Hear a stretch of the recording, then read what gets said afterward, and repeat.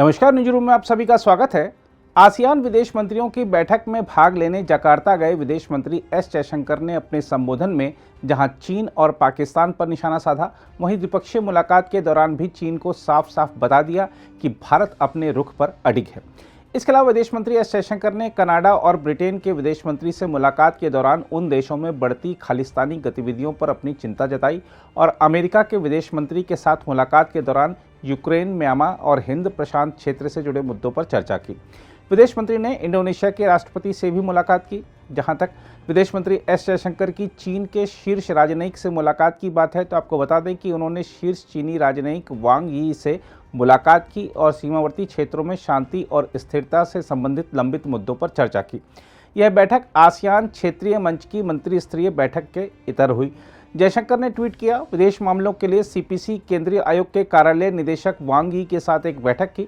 जयशंकर ने कहा कि उन्होंने सीमावर्ती क्षेत्रों में शांति से संबंधित लंबित मुद्दों पर चर्चा की। उन्होंने कहा, हमारी बातचीत में पूर्वी एशिया शिखर सम्मेलन, ARF एजेंडा, ब्रिक्स और हिंद प्रशांत क्षेत्र भी शामिल था। हम आपको बता दें कि भारत का लगभग 3 साल से चीन के साथ सैन्य गतिरोध बना हुआ है। जयशंकर ने दावा किया है कि यह उनके लंबे राजनयिक करियर की सबसे जटिल चुनौती है।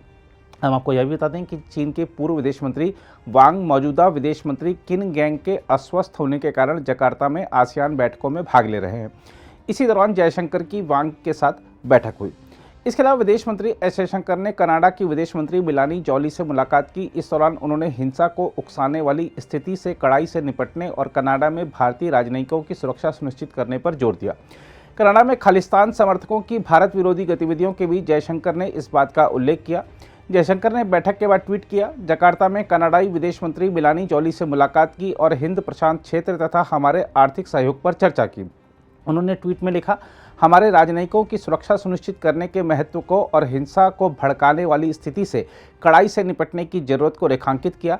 हम आपको याद दिला दें कि कुछ दिन पहले ही ऑनलाइन खालिस्तान समर्थक पोस्टर के प्रसार के बाद कनाडा ने भारत को भारतीय राजनयिकों की सुरक्षा का आश्वासन दिया था।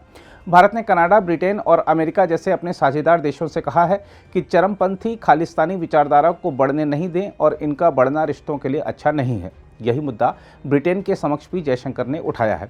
लंदन स्थित भारतीय मिशन के अधिकारियों को चरमपंथी तत्वों द्वारा दी जा रही धमकियों के मद्देनजर विदेश मंत्री एस जयशंकर ने अपने ब्रितानी समकक्ष जेम्स क्लेवरली के समक्ष ब्रिटेन में भारतीय राजनयिकों की सुरक्षा संबंधी चिंताओं का मामला उठाया। इंडोनेशिया की राजधानी जकार्ता में मौजूद जयशंकर ने ट्विटर पर कहा कि उन्होंने ब्रिटेन के विदेश मंत्री क्लेवरली के साथ व्यापक चर्चा की।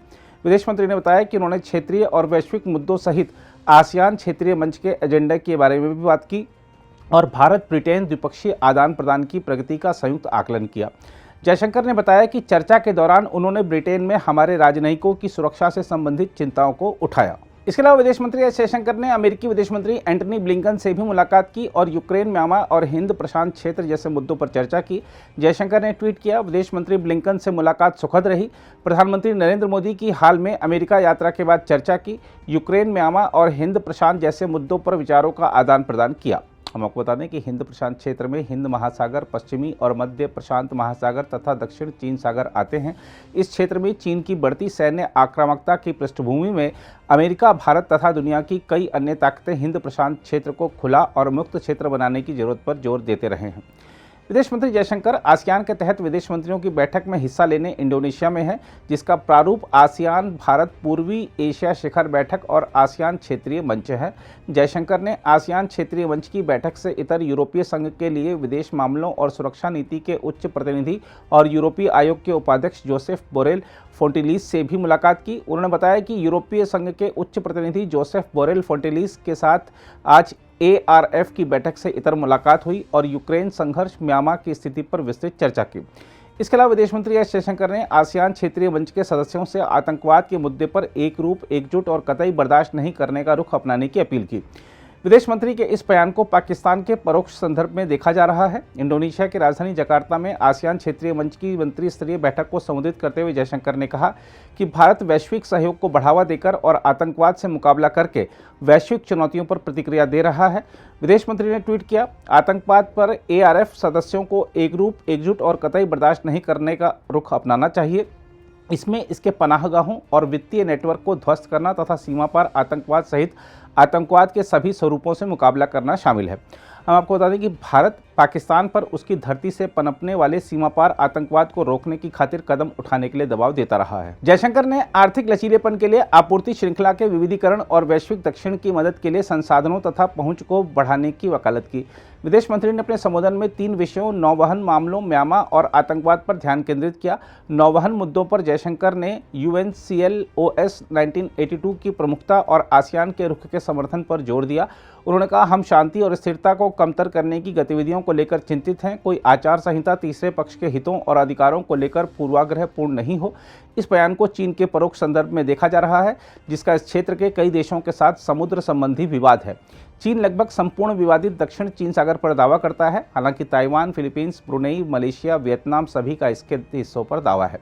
म्यांमा के बारे में जयशंकर ने कहा कि भारत आसियान के विचारों को ध्यान में रखेगा और भारत आसियान संपर्क परियोजनाओं को आगे बढ़ाएगा।